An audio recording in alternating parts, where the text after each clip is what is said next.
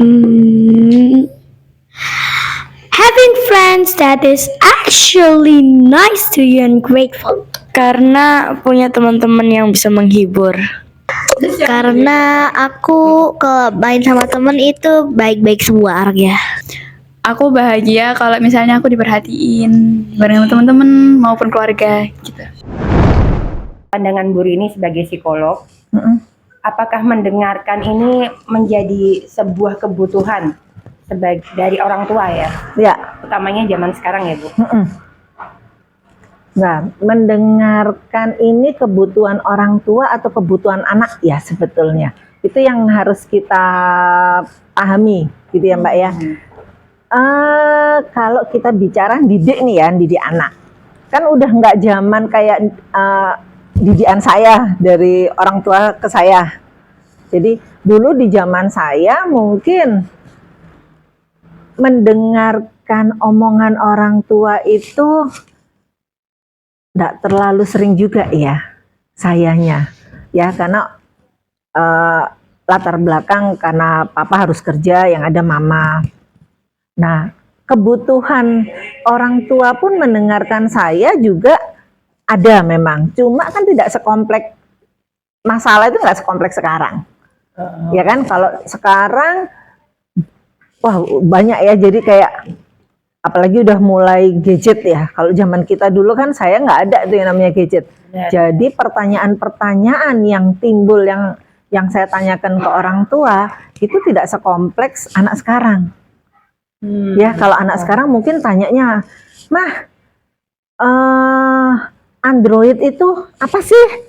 Nah zamanku mana ada yang namanya Android itu apa gitu kan? Lebih banyak ke teknologi yang. Nah, atau mungkin tanya, mah, mama ini jangan suka baperan gitu ya. Terus mamanya bingung, baper itu apa lagi kan? Nah. Itu kan sudah nggak nyambung ya. Betul. Nah, udah beda gitu ya, bukan nggak nyambung, tapi udah beda. Beda antara zaman kita waktu anak-anak dengan zaman anak-anak yang sekarang. Nah, zaman anak yang sekarang pun udah beda lagi. Ketika zaman anak yang sekarang SMA, anak-anak Gen Z sama anak-anak yang SD. Anak-anak SD ini beda lagi kan, generasinya beda lagi. Generasi Alpha. Oh, iya. Beda lagi nih cara penanganannya.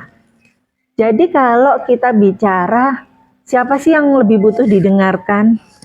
Sebetulnya yang lebih butuh didengarkan ya dua-duanya. Oh. Gitu ya, dua-duanya itu butuh untuk didengarkan. Anak butuh didengarkan orang tua juga butuh didengarkan oleh anak. Karena komunikasi mungkin ya. Betul, karena komunikasi itu ya? Komunikasi itu kan sekarang cenderung searah ya. Iya, betul. Kita tanya ke HP. Tanya ke Google. Coba buka YouTube aja deh. Coba buka Google aja. Nah, akhirnya nggak kebangun. Gitu ya.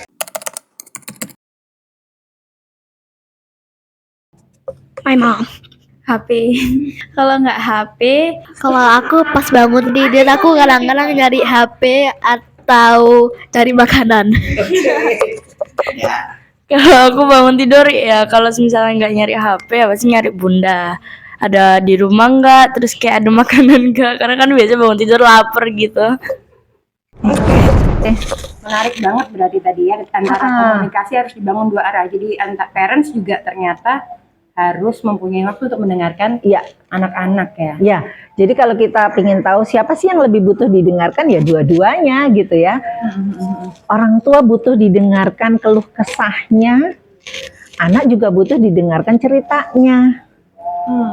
Gitu ya. Nah, cuma susahnya adalah ngatur waktunya. Ya kan? Zaman sekarang. Zaman sekarang itu udah nggak zaman lagi. Artinya gini, ketika hanya bapak aja nih yang kerja, ibunya di rumah, gitu ya. Mungkin masih ada yang seperti itu, tapi tidak banyak. Karena tuntutan ekonomi yang mengharuskan ibu harus kerja juga, gitu kan. Kalau ibu nggak kerja, nanti gimana nih? Kalau bapaknya aja yang kerja, nggak terlalu support nanti, gitu ya. Akhirnya ibunya harus kerja.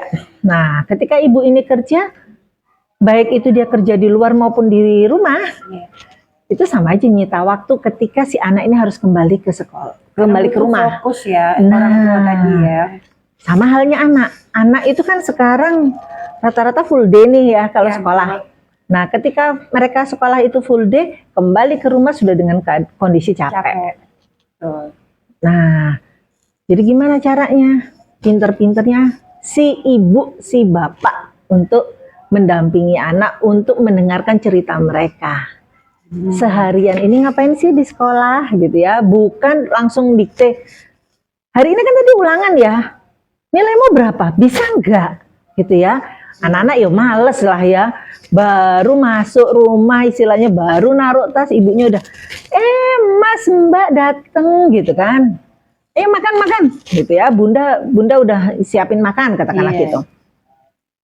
Lagi makan. Gimana tadi ulangannya? Kamu bisa ya? Lah makanya tuh belajar. Anaknya itu belum, baru mau ngomong ibunya udah tuh kan nggak bisa kan. Bisa hilang selera makan nanti ya. Iya kan? Itu yang kejadian toh. Betul. Nah, akhirnya si anak yang dengerin ocehan ibunya, bukan ibu dengerin cerita anaknya. Itu yang banyak terjadi. Atau si ibu nggak ngomel, tapi nggak punya Sama waktu. ini mereka kalau kamu cerita, Diperhatiin kadang-kadang. emang kenapa kok kadang-kadang? Yang kadang-kadang lainnya ngapain mereka? Mereka masih sibuk gitu. Pas aku cerita-cerita gitu. Sibuk apa misalnya? Ngechat-ngechat sama orang lain. Oke, kalau cerita biasanya pas lagi ngapain nih? Pas lagi apa ya? Aku gak tahu juga sih. Enggak, maksudnya pas kamu lagi kalau cerita ke orang tuamu tuh pas kamu lagi pulang sekolah, atau pas lagi makan, atau pas lagi yang pas kamu ngerasa didengerin itu pas lagi apa? Pas lagi gak sibuk orang tua aja. Oh, biasanya itu di mana, di rumah? Iya, di rumah atau di tempat lain gitu. Oh, Atau di mobil. oh, di mobil. Iya. Terus kalau ada sesuatu yang pas gadis nggak didengar, gadis ngerasa apa? Biasa-biasa aja sih, soalnya udah sering. Jadi anak itu terkadang itu butuh untuk dilihat keberadaannya. Tidak hanya didengar sih sebetulnya, tapi dilihat keberadaannya bahwa mereka ada loh. Mereka ada di antara kalian. Ya. Itu terlepas itu orang tua single mom or single parent ya istilahnya ya, terlepas itu single parent. Single parent itu justru lebih berat. Tantangannya lebih berat. Apalagi menghadapi anak seperti ini. Ya, di masa tumbuh kembang anak itu sebetulnya Allah itu adil kok. Sebetulnya Allah itu adil. Sudah ngatur sedemikian rupa. Suara musik sih biasanya kayak lagu-lagu gitu aku suka. Kalau aku sih kalau ke suara itu mungkin kayak lagu-lagu K-pop paling ya. I like all sounds equally. Suara yang saya suka itu ada di pegunungan, jadi kayak ketenangan, suaranya jangkrik yang wing wing wing. Anak dididik oleh kedua orang tua, ya. Ibu itu mendidik dari sisi emosi, kalau bapak dari sisi logika dan analisa. Gitu. Akhirnya sekarang kan suka ada tuh timbul istilah generasi strawberry. Betul. Tidak bisa terlalu banyak tekanan. Betul ya. Dan itu juga lumayan loh, istilahnya banyak diciptakan oleh orang tua yang sibuk atau single parent. Ya, karena didikannya mungkin lebih banyak ibu Oh, jadi emosinya yang di depan. dominan. Ya, gitu. Jadi ya mungkin seperti itu ya yang harus ini Adanya komunikasi dua belah pihak tadi antara parents Betul. dan anak-anak ya. harusnya. Harusnya ya. Ya, Benar banget. Kamu sering berhayal nggak? Mungkin iya. Biasanya sih aku kayak sering apa ya kayak konser gitu sih di kamar nyanyi gitu. Oh, ini kamu. Iya. Kamu cerita nggak sama orang sama bunda lah paling ya. Cerita apa? Kamu khayalanmu apa gitu, cerita nggak? Iya cerita, jadi aku kayak sering bilang bunda tadi aku nyanyi sendiri di kamar kayak gitu-gitu. Oke, terus kayak pengen jadi penyanyi gitu. Iya. Terus bunda gimana? Bunda kayak cuma ya udah gak apa-apa. Lain kali kalau misalnya nyanyi kayak gitu kayak di videoin aja biar bunda bisa tahu juga.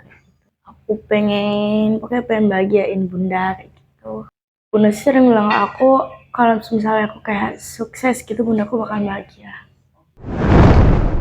Kemudian Bu Rini, apa yang perlu dilakukan orang tua nih, khususnya orang tua yang mengalami beda masa ya, terhadap kebutuhan anak-anak yang harus utamanya didengar, itu harus bagaimana sebaiknya? Kalau didengar itu ya tadi kan hadir. Ya, mendengar itu bukan hanya mendengar pasif, tapi mendengar aktif. Artinya hadirlah di sana ketika anak itu bicara. Jadi jangan sampai anaknya ngomong, ibunya pegang HP. Yang bikin males buat cerita sama orang tua itu sebenarnya tuh kalau mereka itu responnya terlalu responsif sampai nadanya tinggi. Oh, bisa kayak gitu? Kayak gitu kan. Saya kan jadi kayak, aduh kan saya kan cuma cerita. Jadi kayak itu yang bikin perasaan kita buat males gitu. Jadi kayak cerita ya ngomel dulu, terus pertama ngomel, terus habis itu ngomongin apalah inilah, terus ngomongin yang masa lalunya lah. Jadi panjang gitu ceritanya. Aduh, jadi kalau mau cerita itu mending cari waktu yang pas. Jadi pas mama ngerajuk. Misalnya ada kesempatan nih buat ngomong yang enak, nggak pakai ada nada tinggi gitu. Pengen ngomong apa sama orang tua? Ya tolong kayak perhatikan saya. Atau pikiran tidak ada di situ. Iya. Gitu ya. Anaknya ngomong, ibunya nonton drakor. Itu yang kejadian. Jadi waktu anak ngomong, ngerti kan, ngerti kan ma? Ngerti. Daripada banyak rentetan ya, bilang aja ngerti. Padahal di otak tuh bingung, itu yang mana ya tadi ya? Dan Anakku itu tadi ngomong anak-anak apa pasti ya? juga terasa. Terasa. Iya. Akhirnya anak kan males kan? Iya, karena mungkin jawaban singkat-singkat itu juga Iya. ya. Dia terasa juga kalau orang tuanya tidak Nggak hadir di situ iya. gitu ya. Jadi ketika anak itu bicara, hadirlah di sana. Ya, tatap matanya, lihat perilakunya ketika dia ngobrol ya. Mungkin si anak itu ngobrol ya, atau ngeremes-ngeremes apa. Kita kan bisa lihat ada kecemasan. Oke. Gitu ya. Jadi kita bisa, kenapa? Kamu takut? Ada apa? Ada yang ditutupi ya, sampai nggak berani cerita. Kita lihat. Lain dengan kita bawa HP.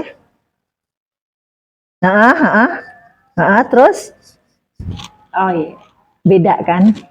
Iya, iya. Nah, Sepertinya hanya mendengar saja, tidak mendengarkan. betul, tidak mendengarkan, benar. Iya, iya.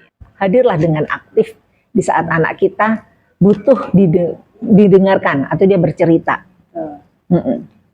Aku pengen mama papa mendengarkan ceritaku, terus habis gitu memberikan jawaban yang apa ya, yang kayak Yang pas gitu. yang pas. Kalau Jihan dikasih kesempatan buat ngasih surprise, selain membelikan sesuatu, kamu pengen ngapain buat mama? Kasih pelukan sama kasih kue buatan Jihan. Kamu masak. So sweet. Aku sayang mama papa, I love you. Mwah. Oke. Makasih dia. Iya, sama-sama.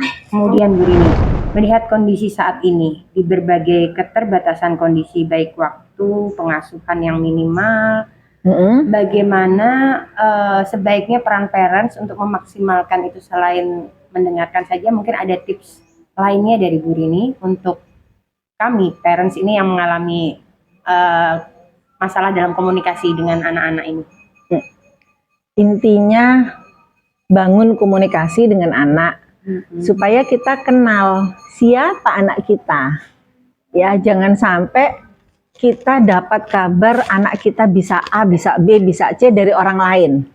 Kita tahu, oh anakmu itu kemarin begini, begini dari orang lain. Kita nggak tahu, gitu ya. Jadi jangan sampai itu terjadi. Jadi kenalilah anak kita, gitu ya. Karena anak itu adalah didikan kita. Karakter anak itu dibangun dari kita, orang tuanya. Jadi jangan sampai kita nggak ngerti. Jangan sampai si anak ini tumbuh dan berkembang dari lingkungan, bukan dari kita, gitu ya. Sampai kita nggak kenal anak kita. Nah itu, bangun komunikasi dengan mereka, ya. Hadir dengan hati dengan mereka.